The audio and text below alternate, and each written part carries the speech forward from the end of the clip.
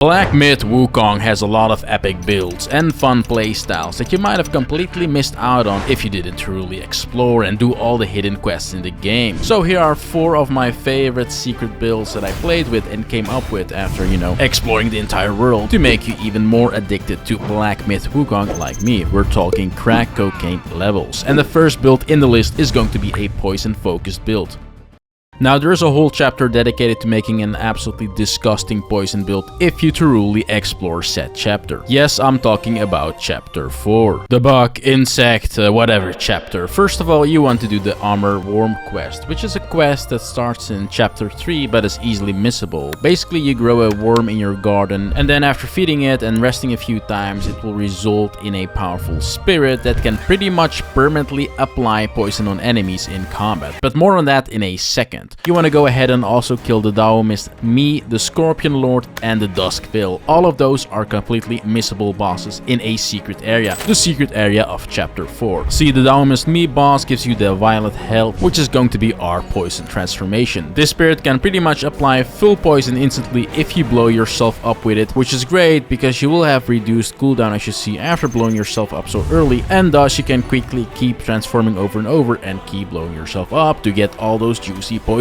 procs. However, that's just the first part. The real power here comes with proccing poison on yourself to get an insane attack boost to pretty much kill bosses very quickly. Because completing chapter 4 gives you the full centipede armor set, which is going to be the best poison related set in the game because see, it enhances your attack power when you're poisoned yourself and at the same time it reduces the damage you get from said poison, so you'll barely notice the damage. How do you apply this poison on yourself though in a consistent and reliable way? I hear you asking that. Well, that's why we get the Deathstinger soak from killing the Scorpion Prince, and it's going to poison ourselves every single time we drink. And we get the Bee Mountain Stone in addition for our other soak, so we can have a chance to get this effect and the heal for free every time we drink. And then we use the Medicine Buddha Gourd with the Pine Brew, so we build up focus while we drink too, which is really good because our staff of choice synergizes with this aspect. You get 2 really good poison staffs, and I prefer the one that heals you whenever you heavy attack a poison target, because with this build we're going to apply poison pretty much all the time as I said, so we don't really need our staff for that, and with the quick focus build up thanks to the Pine Brew we get the heal here often too. Now let's talk a little bit more about how we can keep proccing poison over and over, and for that we have to talk about our 2 spirits of choice that will help out tremendously with that. The 2 spirits of choice are going to be the earlier mentioned Elder Amour Worm from the Worm Quest and the Scorpion Prince. The Scorpion Prince is an excellent spirit for the lower HP bosses like this one for example, and the faster fights as it will be quicker to use than the worm, and here you will get the poison proc instantly, and in the process of doing so a very hard hitting attack too combined with that. And this spirit's attack pretty much slows time in some capacity too, so it pretty much always hits, and then accordingly after that you go ham on the poison target of course to quickly kill it while getting the attack damage boost bonuses from having poison on yourself. Then we use the Elder Amour Worm for the longer fights. Use it somewhere at the start of the fight and pick a centric spot to the arena. This way you will strategically create poison puddles all around you and all over the battlefield, so bosses will naturally keep sticking inside of these poison puddles and get poisoned over and over. It's going to be glorious. And to help out with this we get Cloud Step and Immobilize for our spells, which are going to be absolutely mandatory with this build as we can mislead the bosses or immobilize them right inside of our poison puddles, helping out tremendously with making sure that the poison upkeep is as high as humanly possible. After that you just go crazy again with your buffed attack power from being poisoned yourself, and then for our final spell we get Pluck of the Many, and for our vessel we get the Weaver's Needle, which is obtained from the secret Duskbill White earlier mentioned. The Weaver's Needle kinda has a poison-esque effect in the sense that it's a DOT as well, so it synergizes very well with our build here, and it also increases our crit chance and critical hit damage, so it's even better. Then as you see in this fight, as the product of everything I just mentioned, we just completely annihilate the Yellow Long, which a lot of people consider to be one of the hardest fights in the game. And most noteworthy, have you checked the HP bar, we keep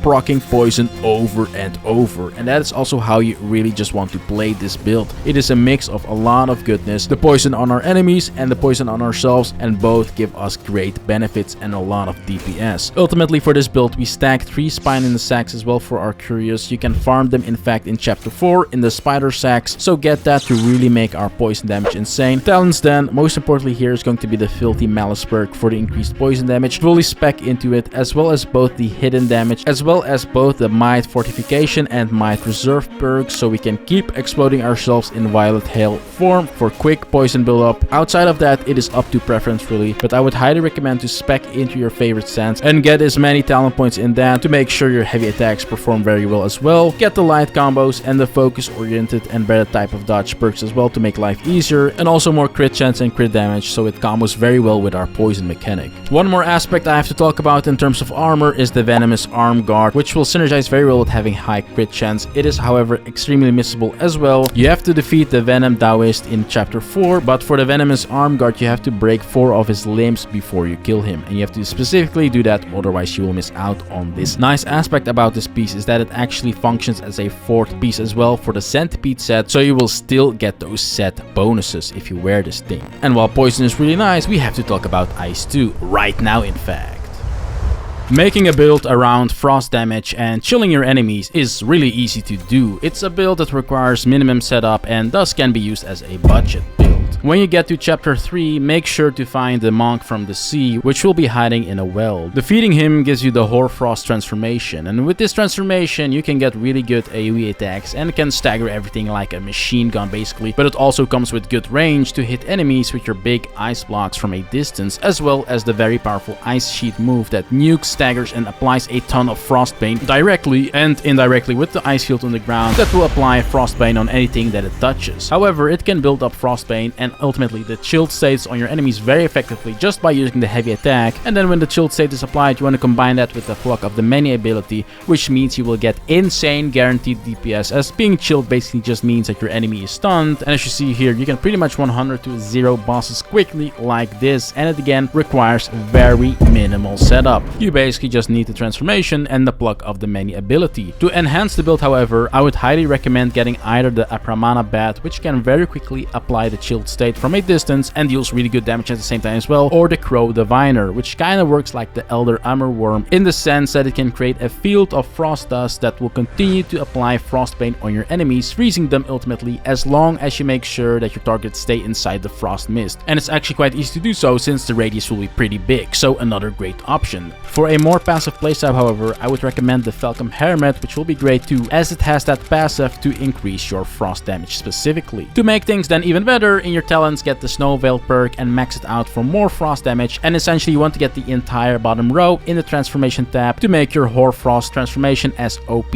as possible, and then when we fall out of the transformation we still have our spirits. Outside of that, this build is very flexible to operate with. Curious, you can go with the Snow Fox brush obtained from a missable quest in chapter 3, the Tridecna pendant to use your transformation and spells more often, and the Tiger Tally is always good for extra damage. For armor, it doesn't really matter what you use, but the golden embroidered spirit set is great since we will be using spirits proactively with this build in addition to our transformations to have that high chilled state upkeep on our enemies, and combining the chilled state with immobilize we can get a very high upkeep of having a stunned enemy for easy kills. Easy kills is also, however, in the name of build number 3 on the list, which doesn't utilize transformations or spells. No, we're gonna grab Spellbinder for this build. Spellbinder works with every stance very well, but I really like going Trust here for a variety of reasons. Hence why for this build you want to fully spec into the Trust stance inside the Talents tree as well as the Spellbinder tree. Get every single perk because every perk is really great actually, but the Spellbinder tree will give you extra crit chance as well as the opportunity to get high ratios of mana to attack conversion. As you may or may not know, Spellbinder will use all your mana to give you a lot of extra damage, and the more mana you have, the more you will convert to extra damage. Thus for this build you want to stack as much mana as possible. Loot all the secret pills in the world with exploring, go to the medicine man in the hood and fully invest into popping them Taiji pills for the maximum mana gain here, and then make sure to also farm 3 Thunderflame seals for your curios from the monks either in chapter 3 or 5. These curios will give 30 mana each, so 90 mana in total. Then for our spirit we use the Gore-Eye Daoist, which has the ability to raise your attack power inside of its red lantern thing, but more importantly its passive effect raises your mana levels as well, so make sure to upgrade this spirit, as the higher level it is the more mana you will get from it, as indicated by the description. At max rank it's a bunch of extra mana. The mana stacking is the first part of the build, and doing like I just told you will give you a bunch of extra attack. But why use the thrust stance then, I hear you asking? Well, first of all, your damage is going to be very high with this build. Top of that, the thrust stance will give you incredible reach and stagger potential to complement that damage. For example, you can kill things while having an environmental advantage, or you can stagger bosses mid-air and do a ton of damage in the process of doing so. It is the ultimate combination. Aside from that, the thrust stance just works very well with Spellbinder because you have weapons for it that enhance the thrust heavy attack specifically, and these will be the Chu-Bai spear related to the secret prisoner quest in chapter 3, and its upgraded version, the tri-point double-edged spear from the secret area in chapter 5, which has really good attack power and crit chance, by the way, and its unique effect buffs your thrust attack specifically, so we will get absolutely amazing results with this thing, while at the same time these type of spears will also give you an alternative moveset. Yes, your normal moves will change into these badass alternative types of normal attacks, and with our setup, our normal attacks are going to be dealing a lot of damage too, and critically hit a lot as well, so you will just melt everything with this setup, either way, heavy attacks or normal attacks. However, one more very important reason and a key reason why we spec into the thrust stance is that whirling thrust ability, which can generate crit chance for us. Now, doing it this way, we can get very high numbers of crit chance as early as, say, chapter 3, so without even going to NG+,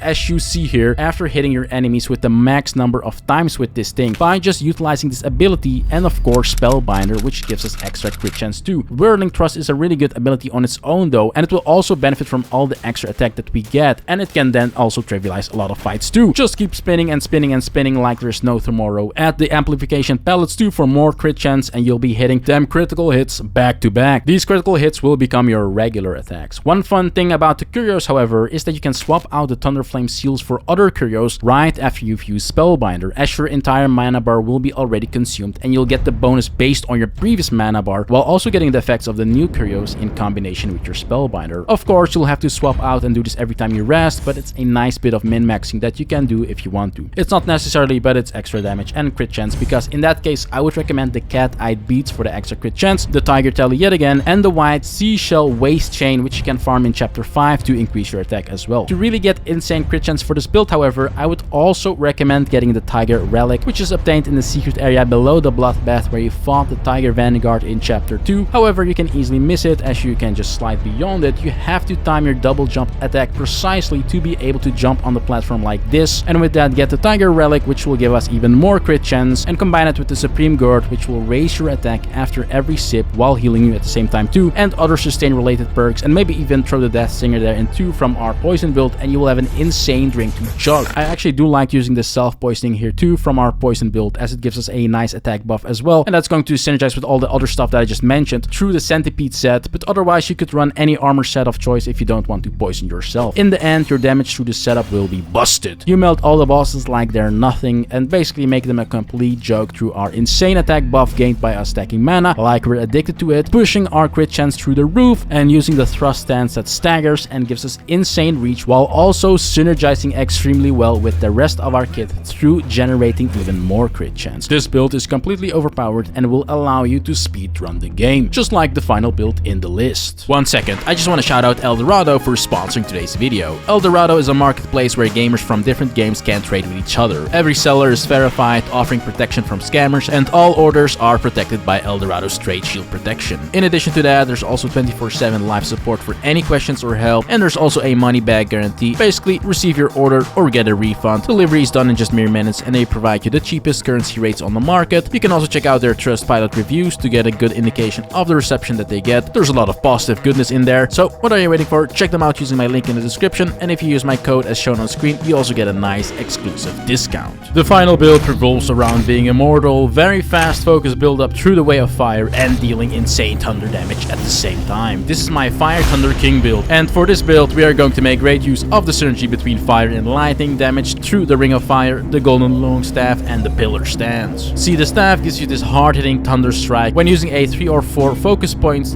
based heavy attack in Pillar Stance, and that in itself can already clear bosses like it's nothing. But it gets much better when we incorporate the spell Ring of Fire, as you can build up max focus points while being stationary as a Pillar Stance Wukong, meaning we can stick into the Ring of Fire and get all the benefits from it, like the HP recovery, stamina benefits, and focus build up passively. It results in a very lethal combo. Basically, you get insane sustained damage, evasiveness, as a lot of enemies can't reach you when you're on top of the pillar, and huge reach, since your staff gets so incredibly big at max focus. So we fully spec into pillar stance in our talents tree, the Ring of Fire talents, and also the Pluck of the Many tree for this build. See, the Pluck of Many spell is really strong in a lot of different setups, and with this setup you can annihilate everything in mere seconds with it too, of course. However, what is especially nice with this setup is the fact that the final perk in the tree will in fact start letting your duplicates also cast Ring of Fire. So you get this great chain of Ring of Fire through this, and when your own Ring of Fire expires, just hop onto another Ring of Fire made by duplicates and keep getting those benefits. Easy peasy. It is absolutely amazing synergy.